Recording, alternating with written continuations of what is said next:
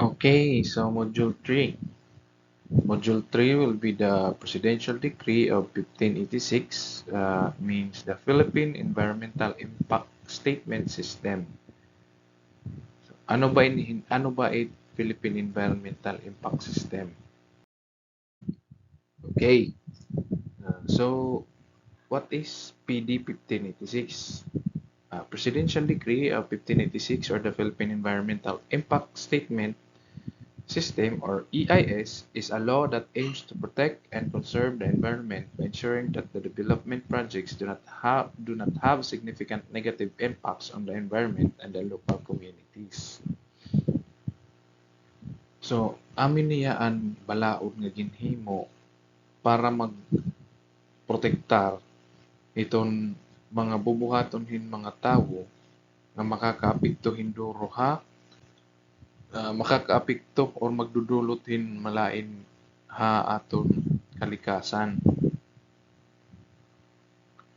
So, nasiring didi nga whereas the regulatory requirements of environmental impact statement and assessment instituted in pursuit of this National Environmental Protection Program have to work in their full regulatory and procedural details in a manner consistent with goals of the program. The law mandates the proper handling, segregation, and disposal of solid waste in the Philippines. It also promotes recycling, composting, and other waste reduction and minimization practices. Local government units are responsible for implementing the law in their respective areas and are required to establish solid waste management plans as well as provide education and training on waste segregation and management. So aware naman kita nga iton pagre-recycle may common niya aton mga municipality, segregation, kung ginlalain iton biodegradable, non-biodegradable, tas iton mga recyclable, mga waste. So, implemented na ito, mga ang elementary pa lang kita, gitutot doon na iton haton, itong pagkuhan. Para ito madali ma-sort itong pagre-recycle. Para madali mapili itong mga butang na pwede pa ma-recycle. So, ipapakita ko iyo yan may dako video nga prepare para ipakita na ano ba itong nagiging epekto in construction sa environment nga kay ano naton kinahanglan sumunod ini nga balaod kay kailangan tayo hiyain sundon. May dapat prepare nga duha ka video para ipakita iyo. So, okay.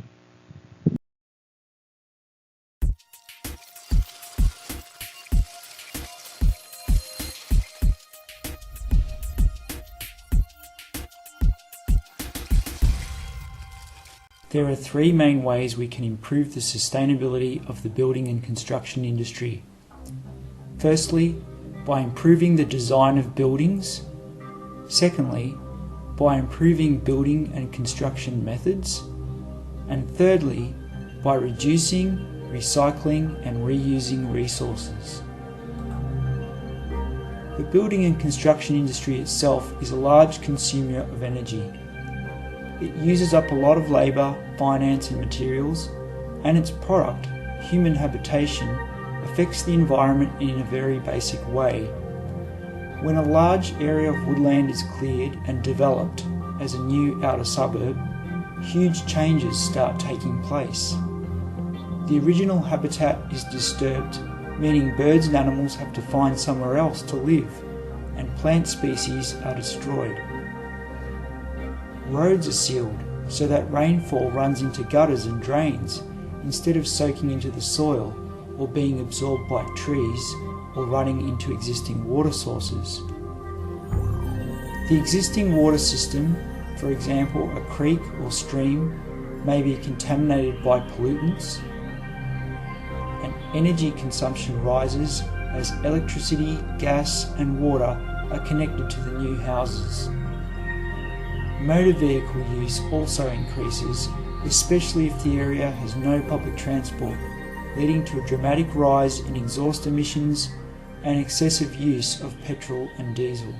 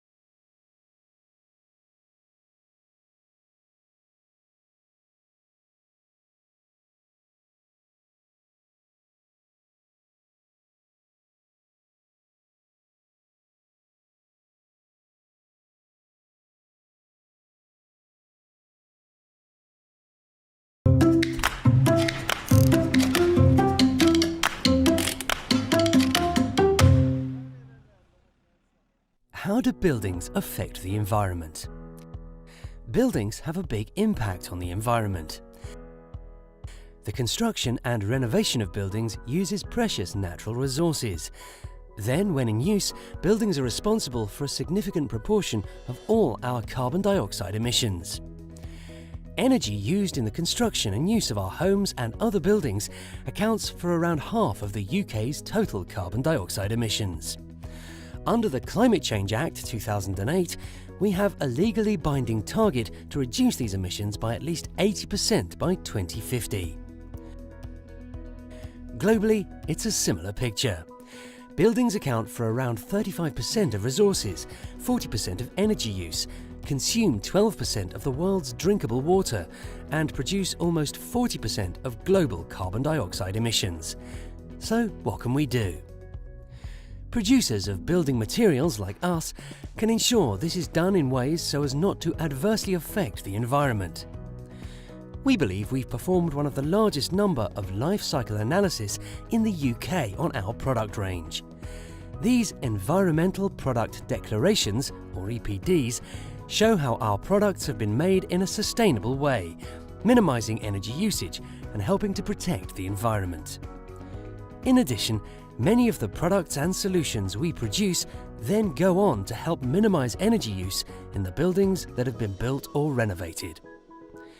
Poorly designed and constructed buildings use more energy, increasing the demand on energy production and contributing to global warming. Reducing energy use in buildings is one of the most important ways to reduce humans' overall environmental impact.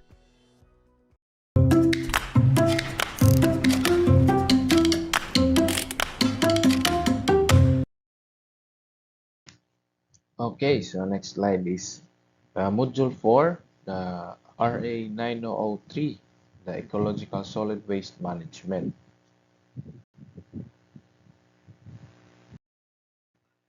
Ecological Solid Waste Management also known as the Ecological Solid Waste Management Act of 2000, is a Philippine law that aims to promote and implement an efficient and sustainable solid waste management program throughout the country. The law mandates the proper segregation, collection, transport, storage, treatment, and disposal of solid waste and encourages waste reduction, recycling, and composting.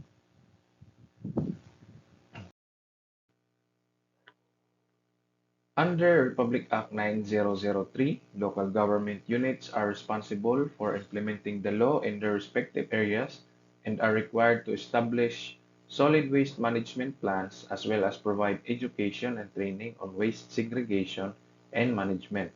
The law also prohibits the open dumping and burning of solid waste and mandates the establishment of sanitary landfill and other waste disposal facilities.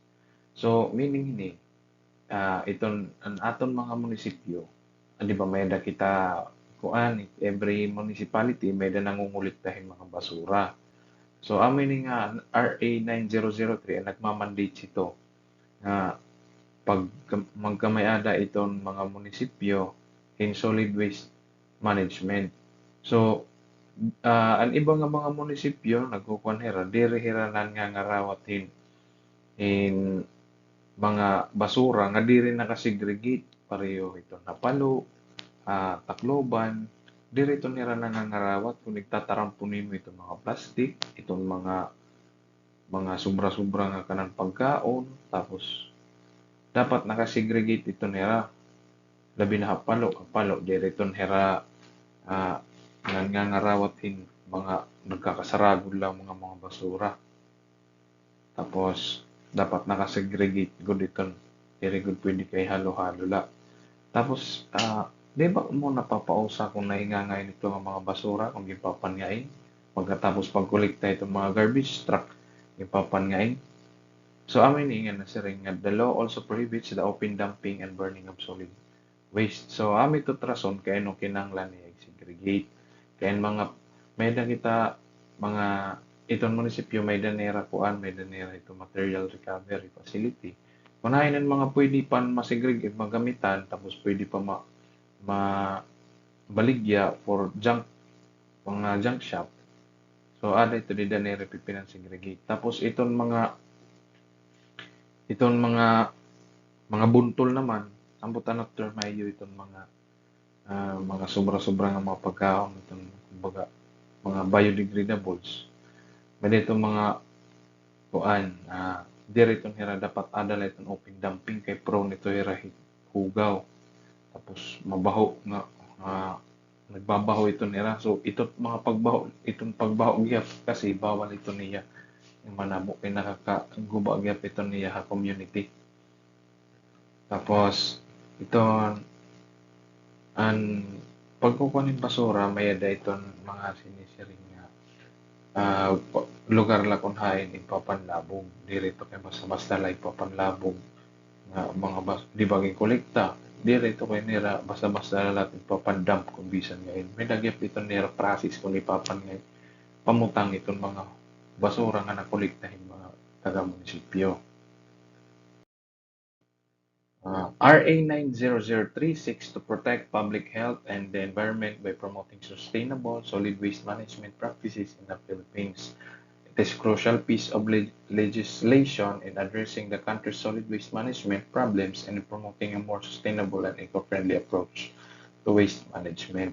So, amon ito nagsinisiring nga. May kita mga parting pagkukolekta yung basura nakasegregate kung hain la ito mga biodegradable, recyclable, non-biodegradable. So, ito din na usang ipapatuman in every local government unit. So, may mga purpose ito nila kay ano nga ipapambulag-bulag ito. Kay, sample kanina, siring kawan, ito nga may ada kita mga buntol ito nga mga biodegradables. Pag nakukuhan kasi ito niya, mabaho ito. Ito niya din na nasulod na ito kanang public health. Nagkakamaya na baga nakakakosiyahin sakit kay pag mahugaw na grabe na nga nitong dumping sin mga sugad dito baga may na kasi itong mga gases nga gingagawas, amit at nakaka-endanger na iya itong public health. So, amin ni ang presentation kung paano natin dapat i-segregate itong mga basura. Ini niya, direlay niya applicable direlay niya applicable panimalay. Applicable gyud pinihatanan sa construction, na public, dapat segregate talaga. Kung makita mo, kung mahilig kang sumudoy mga mga mall, di ba na? So, di man ka mo, nakakita ka mo permi, nga basurahan, di rin lang itag-usa. Permi ko dito niya, tag sa tagtulo, tagduha, kay dapat nakalahi-lahi talaga itong mga basura nga na recyclables, residuals, food waste, amiton tapos iton labi na hospital. Grabe, kadoro iton kay stricto iton pag-segregation iton mga hugaw hospital. Labi na so ganditon mga syringe. Di ka mo na pakiana kung kapapanyan ito panlabog, iton hugaw iton mga hospital, itong syringe, itong mga hinukas ng mga bandages, tapos mga ano pangalan ini, itong mga cottons na pinagagamit nila. Diri kasi ito niya basta-basta laig papanlabog kay nakakakos ito niya danger health in tao. So, sample kin mga recyclables is papers, cartoons, tapos paper and plastics. Ang sample ito is mga plates, paper cups, spoon, forks, so mga solid ko nare-recycle pa ito nila. Mga straw, tapos mga plastic. Kumbaga, nainom ka mo, mga bata pa ka mo, mga elementary days, ang mga plastic, mga putos iton, Nova, piatos, mga kanan si Cheria nga mga putos, ginihimo nga ulunan, kumbaga may dito, mga recycling activities ang elementary. Tapos, di din naman na residual sa mga ito nga snack and candy wrappers, soil plastic bags, soil globe drugs, broken ceramics, sanitary napkins. So, ito niya, may part residuals nga pwede pa ma-recycle, may mga part gap nga diri na. Ito nga mga broken ceramics, nare-recycle pa gap ito niya. Ginpapan, guba-guba ito niya, ginpapan buong nito niya into tiny pieces, kung may mugod niya o nga powder, tapos process niya, na may mulot niya o mga ceramics. Hindi rin ito nila nagagamit na itong sanitary napkin ay makure man ito recycle anon man ito labi na kung duguan. Try na kita mag-story. So now is the food waste. Mga tirang pagkain, tirang ulam, fruit peelings, banana cue sticks, fishbone fruit seeds, ito. Dapat nakalahi gyud ito nila among itong buntol, mga buntol. Tapos special waste, ink cartridge, fluorescent lamp, light bulbs, battery. Ini nga mga special waste usahay nalay inihiraha kuan kanan na toxic waste. Diri kasi ito nira dapat pinanlabog, papanlalabog la nga kuan may dito nira dapat dumping site nga para ito lang ang mga types mga hugaw diri ito nira kay basta kuan lang ay kumbaga an ink pwede lating panhuwad kumbaga iguhuwad la kanal actually dumping mga inks tapos paglabog yung mga tawag yung mga toxic liquids sa mga public drainage bawal ito niya pwede. Tapos next is okay, so may dangayan kita kung prescribed colors of beans for solid waste, may dangayan kita itong color coding. So kung nakita ka mga mall na mga ibang lugar, diri kumbaga waray nira color coding. Pero kung sugad dito nga waray color coding, gibubutangan na ito talaga yung label. Kung ay ka susunod pa, kaliwat aware. For awareness line nga kung iton mga basurahan waray color, at least kung green, maram ka na nga biodegradable, kung blue, recyclable, tapos kung red naman is household special waste, kung black is residuals. Aminit era ang gisusunod basehan kanan National Solid Waste Management Council amin may da itong mga council yung mga solid itong ngaran party la itong mga kanan hugaw. So adi na amo na ini nasring nga roles of LGUs in ensuring proper segregation and collection of household waste.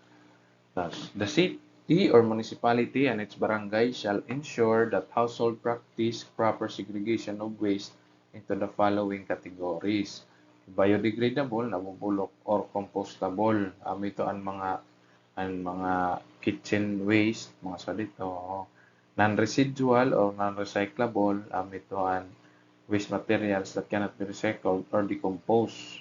Ito ang mga plastic bags. Pero kapag aram ko, mga plastic bags usahay na kukuha nito niya na nare-recycle. Ang iba, nare-recycle ito mga plastic bags. And adi, sa iton, ang tawag niya iton nga mga kanan mga pottery, may dito iba nga di rin nare-recycle, may dito iba nga nare-recycle. Tapos recyclable, nare-recyclo o nabibinta waste materials that can be retrieved, cleaned, converted into suitable beneficial use or for other purposes. Amo na ito. Tapos toxic and hazardous and other waste that require treatment prior to disposal. These waste are usually handled separately from other residential and commercial waste. Oo. Ini toxic and hazardous waste, amin ginre-register na. Ginre-register ta inihiya hakuan DNREMB. Direlay ni labi na iton mga dagko na nga company. Sigun ta mga nagkukuan kamuhin ano ba yung mga product na may masyadong hazardous. Damo kasi ito nga klase.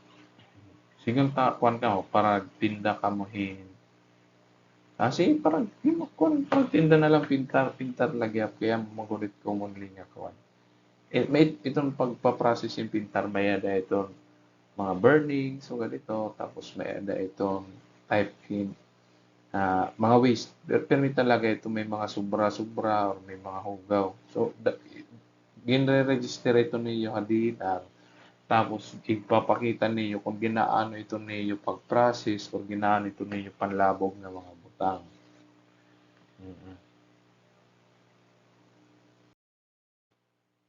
Households are highly encouraged to place waste in color-coded plastic bags or containers. Put labels corresponding to their category. So, aminit iya mga color. Green, biodegradable. Black for residuals. Blue for recyclable. Toxic hazardous for red and domestic for COVID. Ini kuan lang ni, during lang ni pandemic. Pwede pa gadin niya yan. Kaya mo pa manit nagpi-face mask. Pwede mag-underlugod din iton kanan healthcare issues iton mga basura iton kanan hospital iton niya. Pero kung household la dili taman niya kung panimalay la usually tato pagbulagin basura duha la. Ano ba tatong gibubulag? It kanan mga sobrang kanan kinaom tapos mga plastic tanan-tanan na aada na nida. Balit pag re-recycle ha mga panimalay duha la it gibubuhat. Tinood dere. O di ba? Tinawdano duhala kanan buntol la nganhin kanan kuan. Kanan mga plastic kung ano-ano man dinabasab lahi la itong kanan mga mandurunot.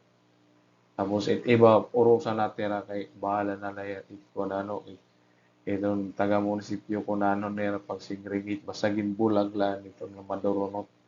Direto na siya. Kumbaga kamo ada ito talaga hayo nagtitikang kung ano ninyo pag kuan pag-protect kay iton pala nga mga gutiay nga butang nakakabulig na kamo iton nga daan kuan kalikasan. LGUs and contracted haulers should regularly collect waste and ensure that they are collected separately and transported to the designated storage, processing, or disposal areas.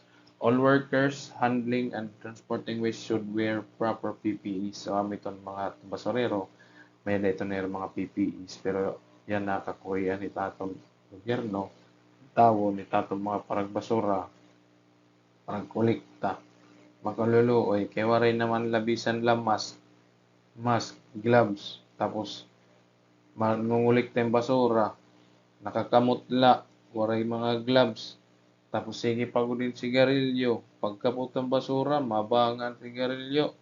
Ang hugaw na nga diya simod, among kasagaran naton mga kolektor, magsakiton. Amo na ito dida. Amo ito dida nananabo. Di rin lang ito niranaaw, pero kuan basta dida talaga ito nagtitikang ito pagiging kuan. Dapat may mga PPE. Dapat may PPE kita. Kita ko ay iyo yan kung paano itong construction waste management, paano gipo-processor, paano ibubulag-bulag itong mga hugaw ha construction.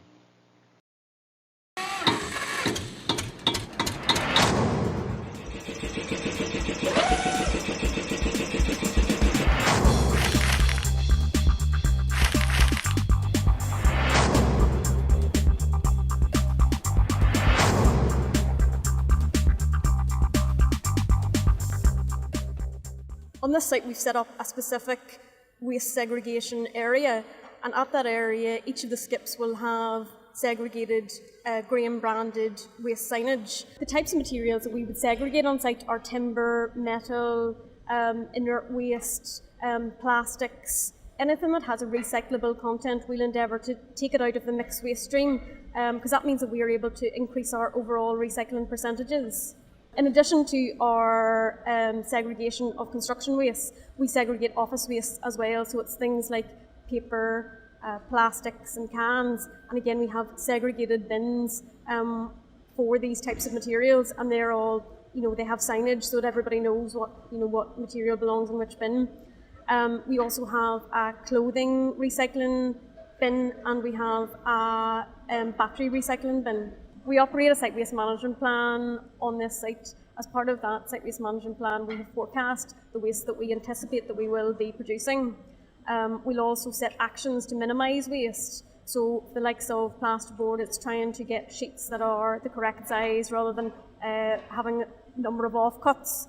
The site waste management plan process also includes the actual measurement of waste. So we're able to set against our forecast with the actual what we've actually achieved, which means that we're able to measure our performance against our targets. All of our hazardous materials are stored in a secure and sealed bin that's labelled as hazardous waste. Once we have accumulated enough hazardous waste, we will use a specialist contractor to remove that. We control our contractors' waste. We make sure we have licensed contractors to remove all the waste. What they do is then give all the waste transfer notes. We follow up to ensure that they are compliant, and then will give us reports like these ones, breaking down the amount of waste, the categories, and what goes to landfill. As part of the demolition of the houses on the route of the A2, we were able to salvage a significant amount of materials in order to increase our overall reuse and recycling rates. Items that we were able to salvage included an oil tank, which we then used within the site compound, and also all the radiators for all of the site accommodation, again within the compound. Due to the constrained nature of the site, there's a requirement to construct 2.5 kilometres of retaining walls along the online section. The retaining walls are all masonry clad. There were existing retaining walls, so we have reused the stonework and processed that and built that into the permanent walls, which total about 10% of the overall stone requirement. We have developed a value engineering proposal at the tie-in locations where the new works rejoins the existing carriageway. We are proposing to resurface the existing carriageway, which will reduce the full depth construction in that area. The environmental benefits of this is it reduces the excavated material and also reduces the requirement for imported stone. We've had problems elsewhere on the project where we came across unforeseen asbestos that had been buried below the ground 50, 60 years ago. We came to an arrangement with SEPA and the council, the regulator. The large lumps of asbestos have been removed by a specialist contractor who has been qualified to deal with the asbestos, and the large pieces of asbestos have been removed. But it still remains that there's some of the soils have asbestos fibres contained, and that in itself is a problem because you cannot remove fibres from the soil. And if you send soil away on bulk, it costs an absolute fortune to send it to the other side of Scotland for it to be disposed of. So we came to the arrangement with SEPA and the regulator to actually bury the asbestos on beside one of the flood walls on the project, encapsulate it in concrete so it's buried well down out of sight. Further to that, there is areas where we've had Japanese knotweed, which has been stem injected and treated on site, but there's large quantities of it. And the soils, although they remain clean and they look fine, there may still be rhizomes within the soils that may at some stage start to grow again. But again, those soils are going to come up to this centre here and be buried in certain locations in here, and those locations will be noted that we know where they were buried.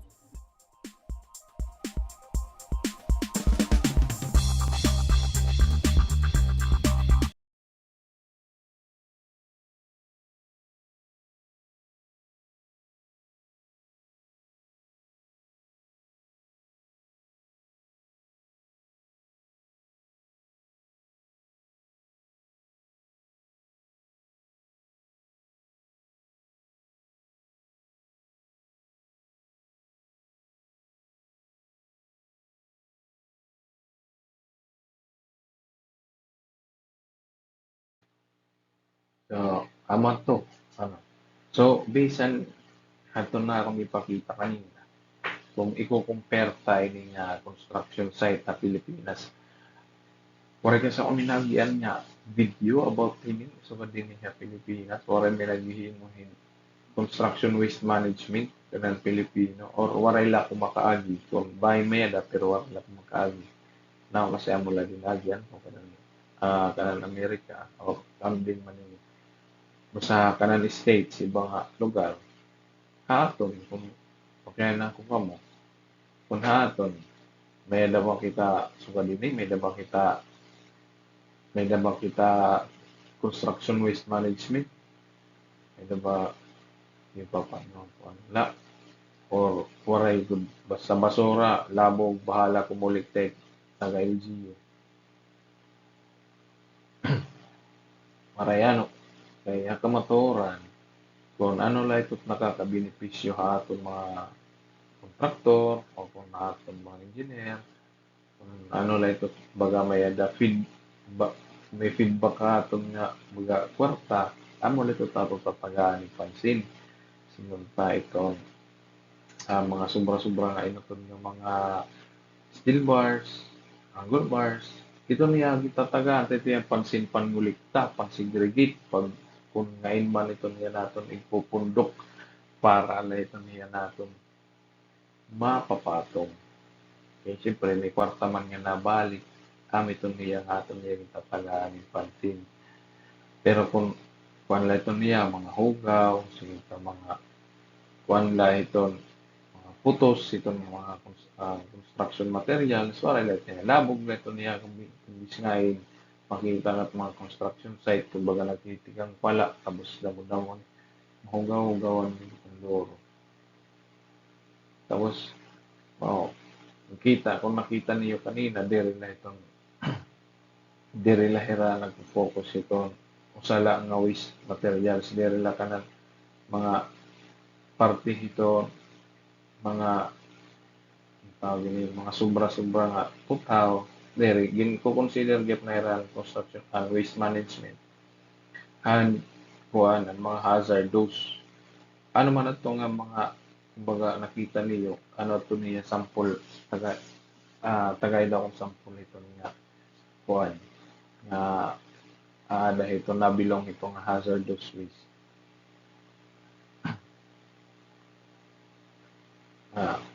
usa itong sample in hazardous waste nga dahil ito nga during construction is pinakauna ito is soil poisoning. Mga chemicals nga ginagamit for soil poisoning, mga residuals nga itong ginagamit for soil poisoning. So, itong excuse me. Itong mga containers dapat ada ito niya nabilong itong hazardous waste ito itong area. Itong mga containers for soil poisoning, for anti-termites, ito niya nabilong. Sample naman itong mga used oil nga ginamit ng mga aton heavy equipment. Gapiton niya nga nabilong. Diri ito niya kay ipapanguan la pagpamutang-butang bisngay. Kumbaga, singon ta, kung may da ka mo mga heavy equipment, nag-change oil, during construction phase, nagkuhan ka mo, maintenance ka mo niya sa rakyan, tapos nag-change oil, unused oil, gagakain man ito niya, dirito niya himlalabog. Gaganto ito niya ito nga hazardous waste section, kung diin ito nagpapamutang. Tapos, may dito iba na makakakuan gapito niya, kumbaga pwede iya ma-recycle, pero di rin din kukuan, reuse la ya di rin nga recycle. Pwede iya ma-reuse. Paano? Pwede nitin ni panhatag iton mga nag-tree cutting kay iton used oil, iton mga engine oil. Ginagamit kasi ito niya itong chainsaw. Pag nagpapautol nga nin mga puno, ginagamit ito niya pampadalon para nakakadulutin masayon itong chain, itong kadina, itong chainsaw na dahil itong paglalagadi paman. Pwede ito niya itong other purposes kung kaya nga pinangungulit ta. Damo pa din duro itong types in mga hazardous waste. Makurit naman ito niya tago sa usahon nga tanan. Basta ang importante ito, magkamayad na kitan idea kung ipapan nga entitled ng mga waste pag-segregate. Na-explain naman kanina, same lagi pati, bisan ka ng household, same lagi piton niya kung paano naton isi-segregate. Isi-segregate lagi piton ka na mga recyclable, mga residuals, mga toxic, mga suwan. Isi-segregate to lagi piton niya, bisan mga talagod tila dapat nakasegregate ito kay ang iyo construction good for 6 months, tapos talagod siguro tatalagod tila ito nga iyo nakukolekta kuno yung mga kuan sa kasimana tag usala ka litro nga mga hugaw ito iyo na kukuan nakukolekta o kada sa kasimana may sa kalitro 6 months 6 times 4. Pera ito. Itong dako o itong guti, basta nagtitigatambak na, nadamo ito.